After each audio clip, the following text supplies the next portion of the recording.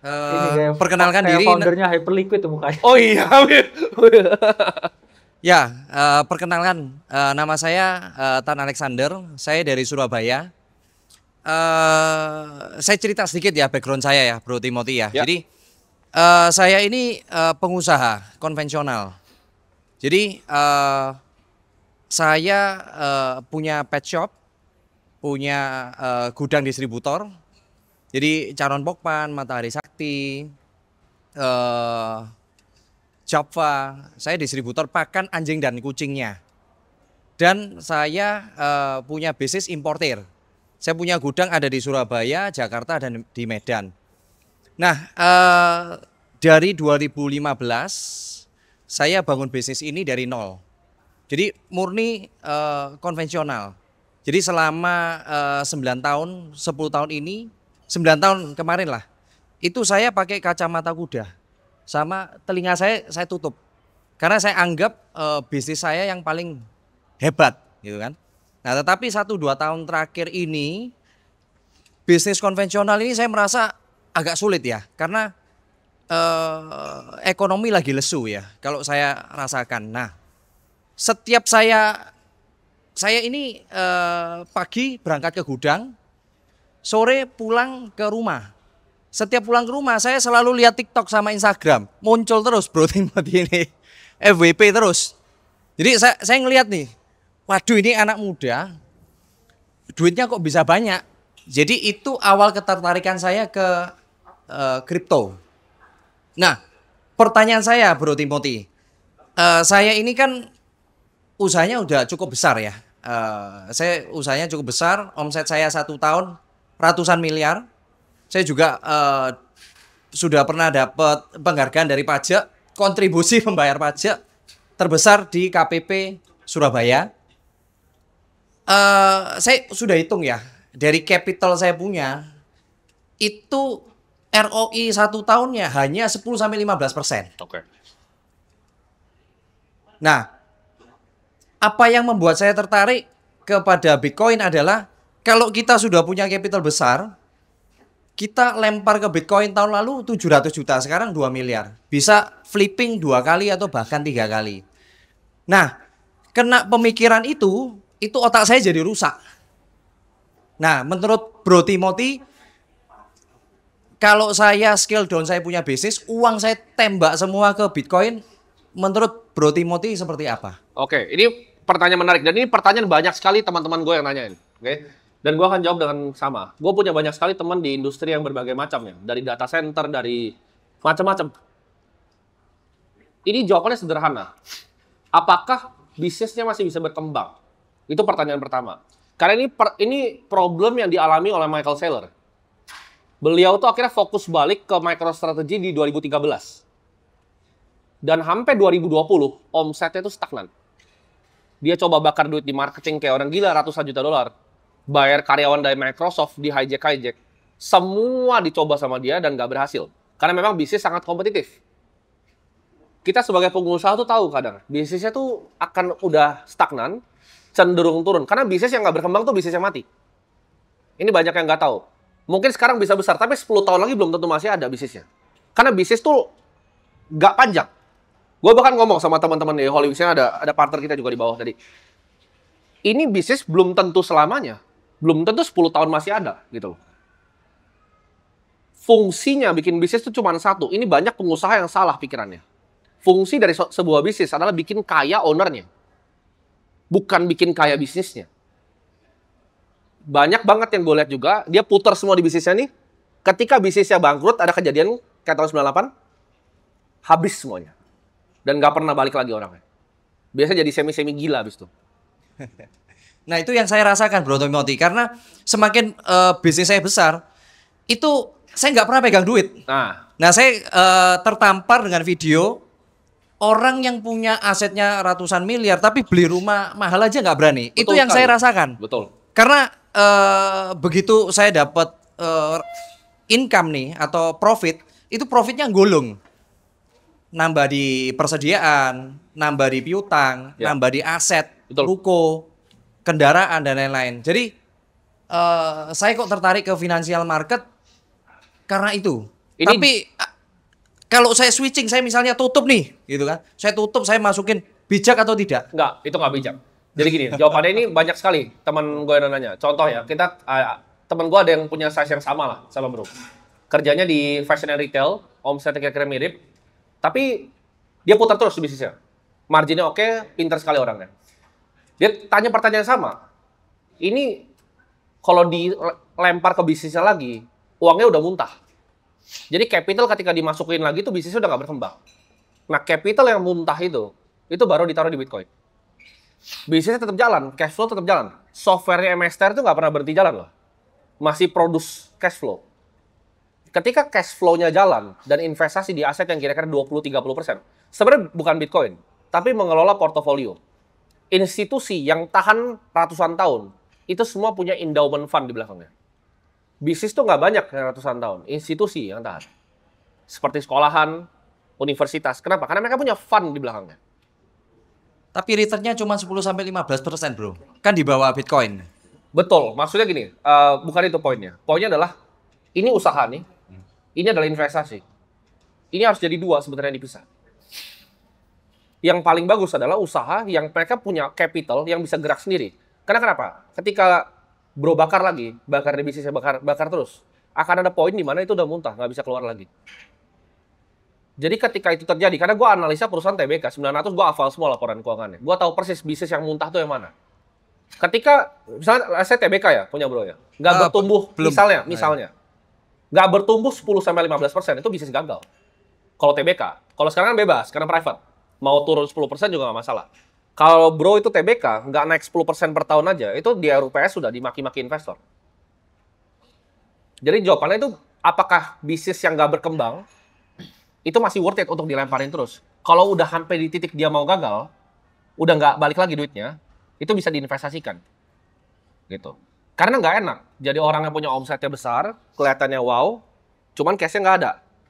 Karena fungsi dari bisnis adalah memperkaya ownernya. Ketika dia lempar di bisnisnya, ya bener bisa gede. Kecuali bro orang yang suka bikin karya. Itu ada lagi tuh. Yang cuma pengennya karya. Ada. Gua kenal orang yang seperti itu. Ini yang nggak mau kaya, maunya karya ya? Ya, nggak mau kaya dia. Maunya karya. Asetnya di atas kertas triliunan. Tapi kalau suruh beli rumah 100 miliar nggak bisa pasti. Beli mobil 30 miliar pasti nggak bisa. Tapi karyanya banyak. Ada tuh. Kelihatannya wow. Seniman berarti. Seniman. Itu seniman. Itu preferensi. Tapi kalau saya jadi kamu, saya akan coba. Ini bisa di scale nggak? Kalau bisa gini. Bisnis kan infinite kan? Kalau emang bisa grow 50%, ya grow bisnisnya terus dong. Bitcoin kalah kan, grow terus bisnisnya. Tapi akan ada titiknya tadi, di mana dia stagnan. Karena yang stagnan itu pasti mati. Ini hukum alam. Ini 2 tahun ini sudah mulai stagnan sih. Cuman Ya. Di industri saya kan pet food itu meledak di masa COVID. Ya. Saat COVID itu luar biasa. Itu growth-nya bisa ratusan %. Betul. Kalau growth-nya begitu, bisnisnya. Tapi ketika growth-nya stagnan, apakah masih bisa dipaksa nggak nih? Pasti itu cuma bro yang tahu. Soalnya. Bisa titik dipaksa atau enggaknya. Karena bisnis tuh nggak banyak yang tahan 20 tahun. Coba baca statistik ya, coba baca datanya. Nggak banyak PT yang tahan 20 tahun. 30 hampir mustahil, 50 hilang semua. Apple tuh belum tentu ada 50 tahun lagi. Market cap nomor 1 di dunia 50 tahun lalu orang nggak ada yang tahu itu perusahaan apa. Perusahaan kimia. Orang nggak ada yang ingat lagi sekarang itu perusahaan apa. Karena emang bisnis tuh sangat kompetitif. Itu hal paling susah di dunia. Bisnis. Tapi pemikiran saya mau pindahin semua itu gara-gara Jangan. video-videonya Bro Timothy loh. Jangan dipindahin semua. Karena Bro Timothy make sense sekali. Ya. Kalau saya ditawari bisnis, Kecuali ROI-nya bisa exit. nggak sampai Nggak, 30%. kecuali bro udah capek, mau exit. Dan ada pembelinya. Misalnya, tadi kan distributor ke perusahaan A. A mau akuisisi, dapat cash semua ya, itu preferensi. Nah, kalau itu mentor saya yang ngajarin. Bisnis tuh kayak bikin lukisan. Ketika udah waktunya, ya jual. Gitu. Bisa dijual nggak bisnisnya? Kalau valuable, kalau bro bilang tadi itu seberharga itu, pasti ada yang mau beli. Kecuali, itu kan, tapi itu personal preference. Kalau saya orangnya lebih banci, saya main aman pasti. Cash flow-nya saya kuras, beli aset. Kuras, beli aset. Karena saya nggak mau bikin bisnis yang kaya, saya yang miskin nanti. Kasian saya, gitu kan. Pertanyaan kedua Bro, karena saya kan mau die hard pindah ke Bitcoin nih. Karena 1 tahun terakhir ini saya udah baca beberapa sumber dan saya conviction-nya sangat tinggi di Bitcoin ini. Nah, kira-kira waktu yang tepat untuk masuk itu kapan? Dan Dicicil pakai cash flow-nya aja, jangan dipikir panjang-panjang. Cash flow misalnya ada net terus free yang cash kedua, flow bersih. pertanyaan yang kedua, kalau kita begitu beli, terus kita pakai fitur loan yang ada di exchange itu bijak atau tidak? Tidak. Ngapain? Berarti belum cukup duitnya buat beli. Jawabannya tinggal hitung. Oke, net free cash flow saya perusahaan berapa? Kalau saya ini kalau ngomong sama pengusaha, kita sih jarang ngomongin omset. Omset itu sesuatu yang jarang kita omongin. Kita biasa net free cash flow ngomongnya. FCF. Kadang nggak ada yang peduli mau omset 100 miliar, 200 miliar, tapi FCF-nya semiliar buat apa bikin bisnis? Gitu. Kita yang penting FCF. FCF-nya berapa? Bro, hitung tuh mana yang bagus masuk kas perusahaan lagi. Misal 50% nih, ditaruh balik nih ke Bitcoin. Itu boleh. Per bulan aja ditabung. Diikutin tuh cara borong Bitcoin dengan size-nya yang bro punya. Itu yang bijak. Startnya mulai sekarang nggak apa-apa atau dihajar saat 2026-2027? Nggak ada yang tahu akan kemana. Tapi jangan langsung semuanya, dicicil aja. Karena kan emang cash flow-nya dimuntahin sama bisnis kan setiap bulan kan. Bisa Kalau dividen pakai fitur loan itu nggak disarankan juga jangan, ya bro ya? Jangan. Karena kan saya kan kalau. bisnis itu kan juga ada rekening koran dari Ya. bank juga kan. Jadi kan kita kalau mau meleverage kita punya bisnis kan harus suntikan dana. Betul. Saya ada beberapa referensi beli Bitcoin, terus Bitcoinnya di-loan-kan, LTV-nya selalu dijaga 50%. Kalau saya nggak akan gitu. Saya nggak akan pakai Itu cara berbahaya sekali ya. berbahaya. Oke. Ladies liquor leverage, ingat bro kakak tuh. Dan, 3 itu bikin bangkrut ya. iya. Jadi jangan pakai leverage. Bahkan di bisnis pun saya nggak suka pakai cara yang bro bilang. Ngapain? Kalau emang jago berbisnis nggak begitu caranya. Banyak sekali loh perusahaan yang debt to equity rasionya nggak ada utangnya. IKEA tuh perusahaannya nggak ada utang. Oracle tuh hampir nggak punya utang. Ya utang jangka pendek lah, utang liabilitas jangka pendek. Tapi kalau dibuka bukunya Oracle tuh hampir nggak ada utang. Bisnis terbaik di dunia tuh banyak kan yang nggak punya utang. Karena dengan pengusaha yang nggak berutang, investor yang nggak berutang itu nggak bisa bangkrut. Jangan leverage. Di hidup tuh jangan leverage. Berkshire juga tidak pernah sekalipun berhutang. Karena ya memang ini ya apa, rumput tetangga biasanya lebih hijau, Pak. Iya. Jadi kelihatan emang enak apa di finance. Cuman kalau kita digest lagi ya orang finance tuh tingkat stresnya tinggi. Ya. Mungkin Bapak memang udah dikasih sama dunia enaknya di sesuatu yang real. Betul. Kadang pun kita juga memiliki artificial gain, terus juga kadang juga bengong juga lihat orang yang punya aset, punya pabrik dan lain sebagainya. Karena hidup kita kadang juga merasa fana dan juga hampa juga. Jadi yang bagus tuh orang yang balance sebenarnya.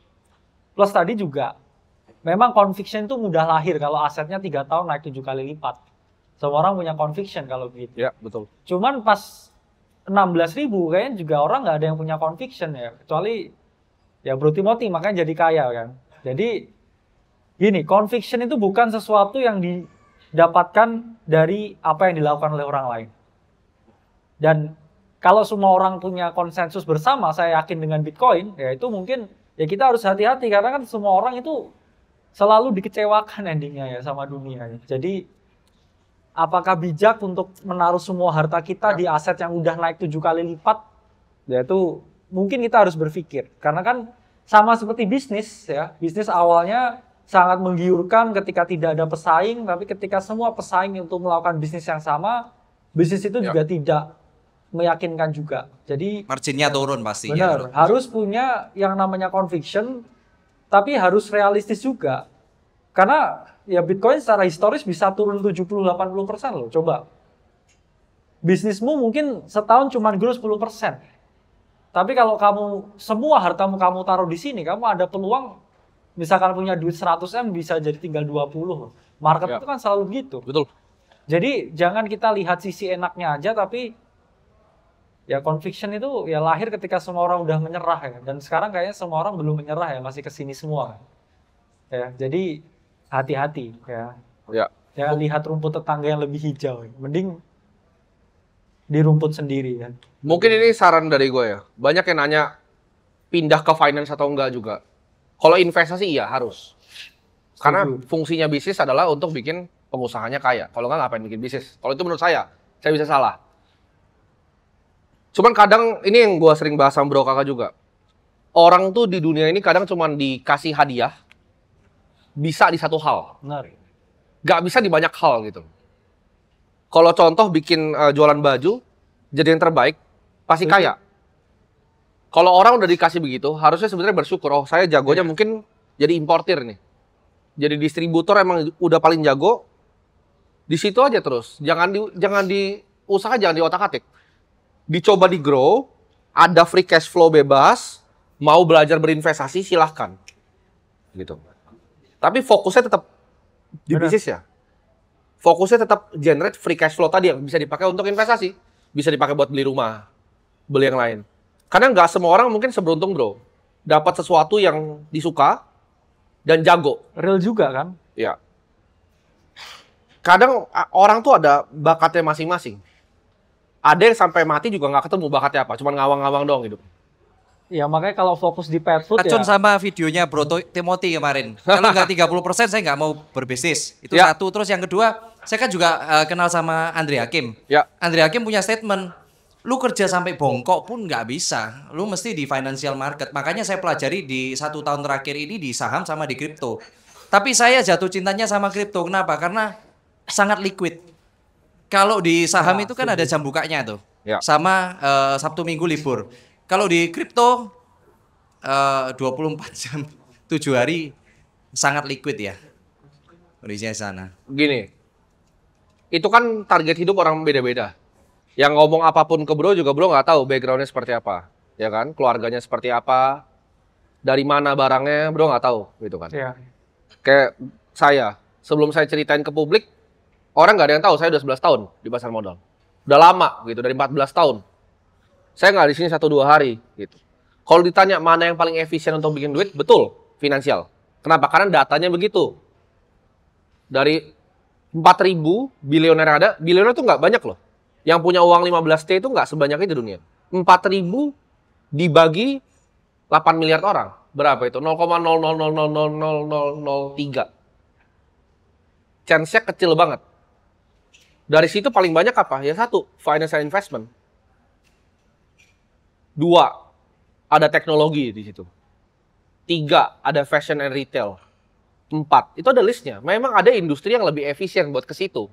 Tapi kan nggak semua orang harus ke situ. Dan nggak semua orang bisa ke situ. Jadi, saya itu orangnya realistis. Saya ketika punya target, itu realistis. Gitu. Nggak ngawang, nggak pernah ngawang. Dari saya kecil saya tulis, itu ada matematikanya, ada compoundingnya. Cash flow sekian, aset sekian, grow-nya sekian, dapat sekian. Nggak tiba-tiba jadi. Gitu. Dan mungkin nggak semua orang bisa seperti itu juga. Jadi jawabannya ketika sudah dikasih talenta di satu hal, jadilah yang terbaik di situ. Kadang mungkin banyak yang nggak dapat hal itu. Banyak yang coba cari sumur hidupnya, ujung-ujungnya nggak dapat apa-apa. Jadi coba lihat dari apa yang ada, mau belajar investasi boleh, tapi kan core-nya, 99 otaknya itu gimana cara bisa lebih besar. Kecuali nih, suatu saat bro udah tua, tapi kan belum nih. Udah berumur nih misalnya, udah mau pensiun, ada private equity yang tawarin, mau exit semua, silahkan. Gitu. Itu idealnya. Dunia idealnya seperti itu. Bisa jadi ya, usahanya diteruskan ke anak, jadi usaha generasi ya private gitu. Mungkin bukan yang nomor 1, tapi mungkin ya nomor 90 distributor Indo. Dan mungkin bro udah happy dengan hasilnya, itu pilihan hidup sih.